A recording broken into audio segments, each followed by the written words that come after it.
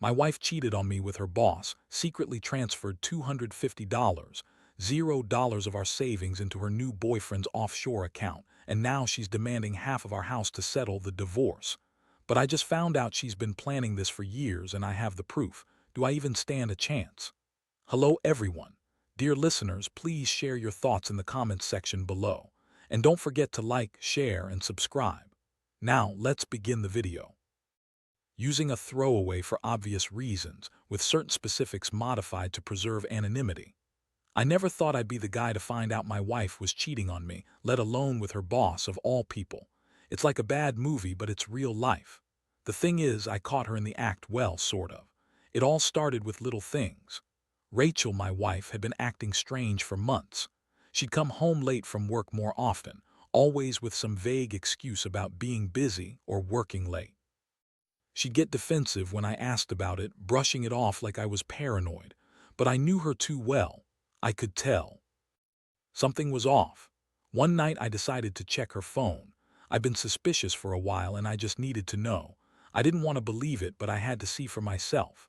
I snuck into her purse when she was in the shower, and there it was, texts with her boss, Mark, full of flirtatious messages, jokes about meetings turning into more than just work, and even plans to meet up after hours. My stomach sank. This wasn't just innocent work banter. It was something more. And the worst part, they'd been doing this for months, probably even longer. I felt like I'd been punched in the gut. My hands trembled as I scrolled through the messages. I saw photos of her in his office, her leaning into him, smiling way too intimately. There were also receipts for expensive dinners, hotel stays, and gifts, things I never knew about. That was the first time I realized she'd been lying to me, hiding a whole secret life. The betrayal cut deep, but I had to see if there was more. I needed proof. The next day, I decided to dig deeper. I hired a private investigator. It was a brutal choice, but I needed hard evidence. Over the next couple of weeks, I watched her routines, tracked her movements, and it was worse than I thought. The PI confirmed she'd been meeting Mark after hours, staying overnight at hotels, and even bringing him to our house when I was at work. I found bank statements, large transfers of money into offshore accounts tied to Mark's family. $250, $0 of our savings gone. I couldn't believe it. My wife had been secretly transferring our hard-earned money into some offshore account, probably to fund her affair or even to run away with her new boyfriend. What made it even more infuriating was her constant denial. She'd lie through her teeth, call me paranoid, say I was overreacting. She told me I was imagining things, that Mark was just her boss and good for her career. She'd say I was insecure, jealous, that she loved me and would never cheat. But I had all the proof.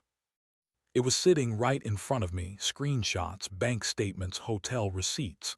This wasn't a misunderstanding or a one-time mistake. It was years in the making, a well-planned betrayal. I felt like I'd been hit by a freight train.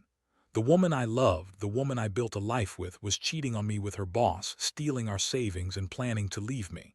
And she had the nerve to act innocent, to lie, to manipulate. I knew I couldn't just let this slide. I had to do something. But what? How do you fight back when the person you trusted most in the world has been planning your downfall all along? The anger, the hurt, the sense of betrayal, it was all swirling inside me like a storm I couldn't escape. I was furious, but I also felt helpless. This was only the beginning, and I knew my life was about to change forever. After I had all the evidence, I didn't sleep for nights.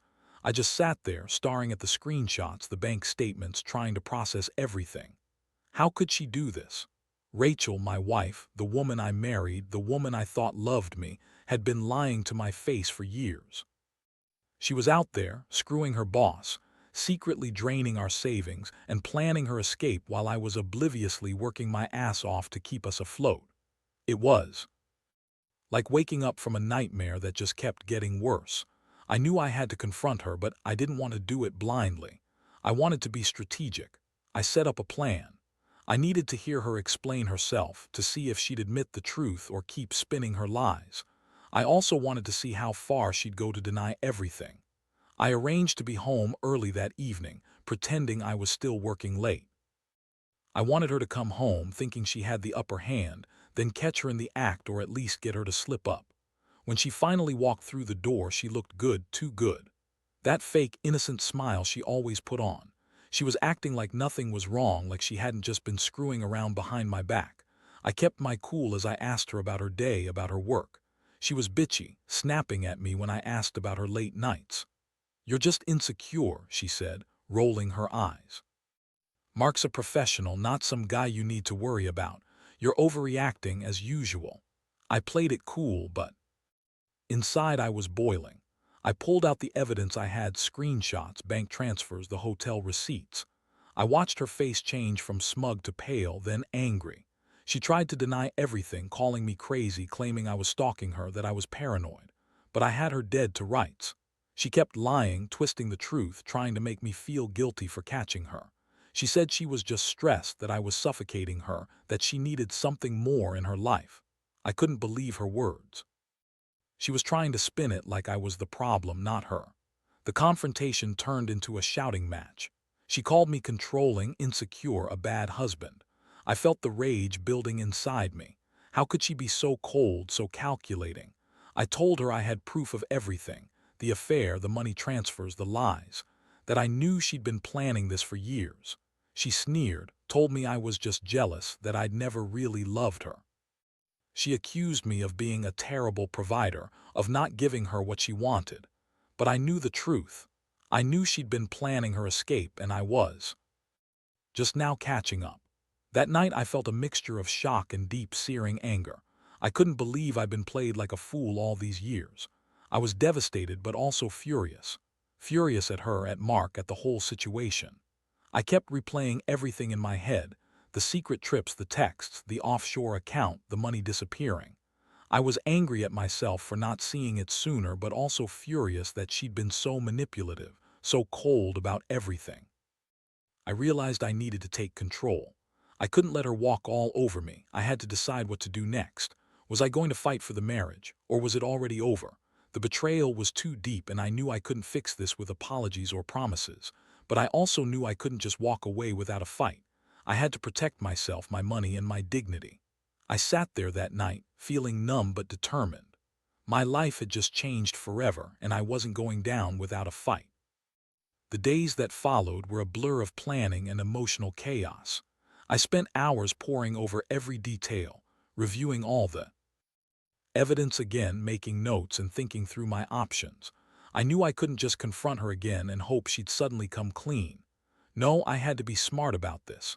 I needed leverage, and I needed to protect what was left of my life. One thing that kept gnawing at me was the money. That $250, $0 transfer into offshore accounts. It was more than just a betrayal of trust. It was theft. I wasn't just angry. I was furious that she had stolen from us, from everything we'd built together. I contacted a forensic accountant to help trace the money. It turned out she'd been funneling cash into an offshore account under a fake name, probably to hide it from me. The amount was staggering, and I knew I had to act fast before she could move it all out of reach. Meanwhile, Rachel was still acting like nothing was wrong. She'd throw tantrums when I mentioned the affair, calling me possessive and paranoid. "You're just jealous because I'm successful," she snapped one day. "Mark's just a good boss, nothing else." But I wasn't buying it anymore. I could see through her lies, her bitchy attitude, her dismissiveness, her constant denials. I knew she'd been planning this for years, and now I had the proof to back it up. I decided to hire a lawyer. Not just any lawyer, but someone who specialized in financial crimes and divorce cases involving infidelity and hidden assets. I wanted to protect myself, my rights, and my investments. I also started gathering evidence of her planning: texts, emails, even her phone logs, that showed she'd been scheming long before I caught her. I needed to be ready for whatever she threw at me. In the meantime, I confronted her again, this time more directly. I told her I knew everything about the affair, the money, the offshore account. I told her I had all the evidence and that I was prepared to take legal action if she didn't come clean.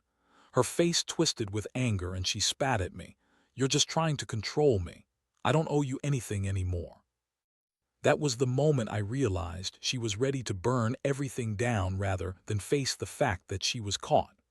I also made it clear I wasn't going to settle for her demanding half of the house or trying to manipulate me into giving her what she wanted. I told her I'd fight her in court if I had to, and I'd expose all her lies. I was done playing nice. I was going to make sure she paid for what she did, financially, emotionally, and whatever else it took. I knew I had to be prepared for her next move because I could tell she was already scheming, probably trying to spin this as a divorce for her happiness, as if she hadn't been planning her escape for years. That night I sat alone in the house, feeling the weight of what was coming. I realized I'd been naive for so long, trusting her blindly, but I also felt a strange sense of clarity. I wasn't going to let her destroy me or get away with stealing from us. I wasn't going to let her manipulate her way out of this. I'd fight for what was mine, my dignity, my money, my life. I knew it wouldn't be easy, and I knew she'd try to turn this around, but I was done being the victim. It was time to take control, time to fight back. Over the next couple of weeks, things escalated quickly. I had my lawyer draw up papers, and I started to prepare for a fight, not just over the marriage, but over the money she'd stolen and the lies she'd spun. I also hired a private investigator to dig into her offshore accounts. Turns out, she'd been funneling money into multiple accounts under different aliases, probably planning to disappear entirely if she thought she'd get caught. The amount was staggering, and I knew I had to act fast before she could move everything out of reach. Rachel, of course, was still acting like she was the victim. She'd throw tantrums, call me controlling, paranoid, insecure, anything to shift the blame. She'd sneer and say she was just trying to find herself, that she needed freedom, that I was suffocating her. It was sickening. She kept insisting that Mark was just her boss, that their relationship was purely professional, and that I was just jealous because I couldn't handle her success. Yeah, right. She lied so easily, so effortlessly, it was clear she'd been doing it for years. One afternoon, I caught her trying to delete some messages on her phone. I'd been suspicious, so I kept her distracted while I grabbed her device. When I looked through her messages, I found more proof, texts with Mark, planning their meetings, talking about getting away together, and even a message about a big transfer that was supposed to happen that week. I also found emails where she was coordinating with her offshore bank, trying to hide the money. My stomach dropped. She'd been planning her escape for years, and I'd been too blind to see it. That night I confronted her again, showing her the messages and the evidence. Her face turned pale, then red with rage. She screamed at me, calling me a jealous loser, accusing me of spying on her. She denied everything, even as I laid it all out in front of her. I told her I knew about the affair, the money, the planning, everything. Her lies couldn't save her anymore. I told her she was done, that I was taking her to court, and that I'd fight her for every cent she'd stolen. Her reaction was bitter. She started crying, then shouting, then trying to guilt-trip me. "You're ruining everything," she sobbed. "I only did it because you're a terrible husband. I deserve better." That was the moment I realized she'd been planning this for years, and she was willing to burn everything down just to get away. I wanted to scream at her, but I held back. I knew I had to stay calm, because I was about to go to war. I also started reaching out to financial experts and divorce attorneys. I wanted to make sure I had every angle covered. I was determined to get back what was mine and make her pay for her betrayal. I knew she'd try to manipulate the situation, spin stories, and maybe even try to turn the kids against me. If we had kids, which we didn't, but still, you get the idea. I had to be ready for her next move. That night I sat alone again, feeling exhausted but more resolute than ever. I'd been blindsided, betrayed, stolen from, and lied to. But I wasn't going down without a fight. I knew I had the evidence, the law on my side, and the determination to see this through. Whatever it took, I was going to make her face the consequences of her actions. And I was going to reclaim my life piece by piece. The legal process moved faster than I expected once I handed everything over to my attorney. The evidence was overwhelming: texts, emails, bank statements, offshore account details. Rachel's lies unraveled quickly once the court got involved. She tried to deny everything at first, acting innocent, claiming she was just confused and under a lot of stress, but her tone was shaky, her words full of holes. The judge wasn't buying her bullshit. My lawyer filed for divorce, and we began the process of uncovering all her hidden assets. Meanwhile, Rachel's attitude shifted from defiance to desperation. She started throwing tantrums, claiming I was ruining her life, that I was trying to control her, that I was just jealous of her success. She even tried to spin a story about how she deserved half the house because she'd helped pay for it, as if that gave her some divine right. I couldn't believe her audacity. She kept insisting she was the victim, that I was a terrible husband, and that she'd do whatever it took to get what she wanted. But I had the proof. I had the evidence of her affair, her financial schemes, her plans to disappear with. The money? I handed all of it over to my lawyer, who was already preparing for the court hearings. I also contacted a forensic accountant again, who confirmed that she'd been funneling money into multiple offshore accounts under fake names. The total amount was huge, and it was clear she'd been planning her escape for years. The court hearings revealed even more surprises. Rachel's lawyers tried to claim she was entitled to half the house because she'd contributed to it, but I had receipts, bank statements, and proof that I'd financed most of it. The judge was strict and didn't buy her manipulative tactics. We fought for months, me trying to get back what was ours, her trying to spin stories and hide her assets. Meanwhile, I felt a strange mix of relief and anger. Relief that I was finally taking steps to reclaim my life, anger that I'd been betrayed so deeply. One of the biggest shocks came when the court ordered her to disclose all offshore accounts and financial dealings. She hesitated, trying to stall, but ultimately she had no choice. Her lies started unraveling in court, more proof of the long-term planning, the secret meetings, the money transfers. She was caught red-handed, and with that I finally felt like I was gaining some ground. The final hearing was intense. Rachel's true colors came out, bitchy, manipulative, full of spite. She yelled, called me names, and accused me of trying to ruin her life. But I knew what was real. I knew the truth. I watched her get slammed with the reality that she was going to lose everything she'd tried to hide. The judge awarded me most of the house, the savings, and ordered her to pay back every cent she'd stolen.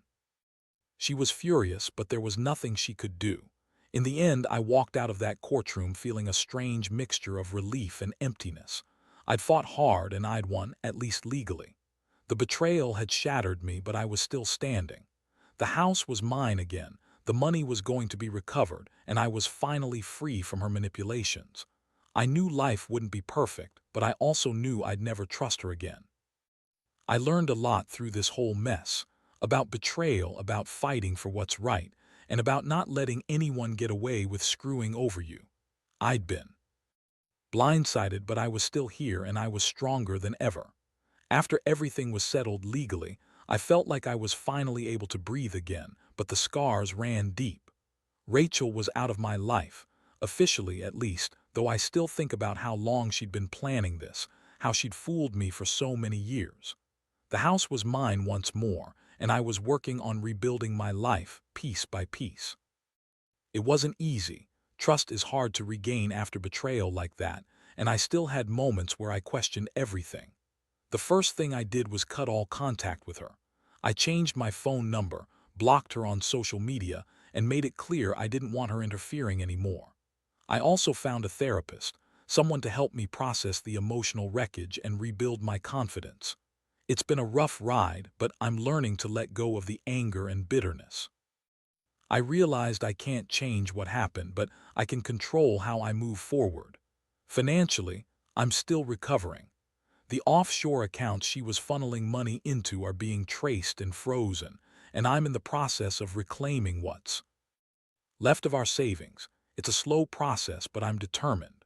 I've also started saving again, building a new foundation for myself. I don't trust easily anymore, but I know I'll get there. Trusting someone again, that feels like a distant dream, but I'm open to the possibility someday. Looking back, I see how naive I was, believing that love and loyalty were enough. I see now that betrayal can come from the person you trust the most, and it can blindside you if you're not careful. But I also see the strength I found in myself during this ordeal. I fought for what was right, for what I deserved, my dignity, my money, my peace of mind. I learned that sometimes you have to go through hell to find your way back to yourself. To anyone out there who's going through something similar, I'll say this. Don't ignore the signs, but also don't blame yourself. People can hide their true intentions for a long time. When you realize the truth, don't be afraid to fight for what's yours, your happiness, your integrity, your financial security. It's going to be painful, but you'll come out stronger on the other side. Trust takes years to build, but it can be destroyed in seconds. The key is to never let betrayal define you. Take control, learn, and move forward. That's what I'm doing now. And honestly, it feels damn good to finally be free.